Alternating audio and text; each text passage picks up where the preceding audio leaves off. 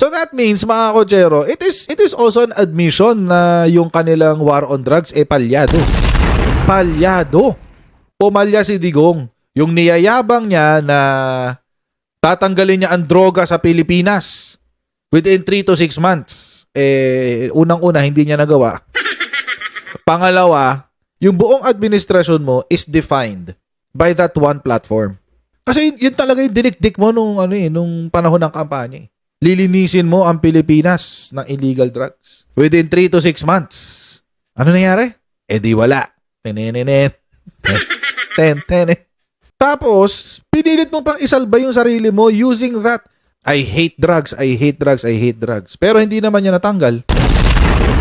And in fact, mga kotsero, may mga allegations pa na siya mismo yung drug lord. At best friend niya yung mga Chinese drug lords. Peter Lim, Michael Ma.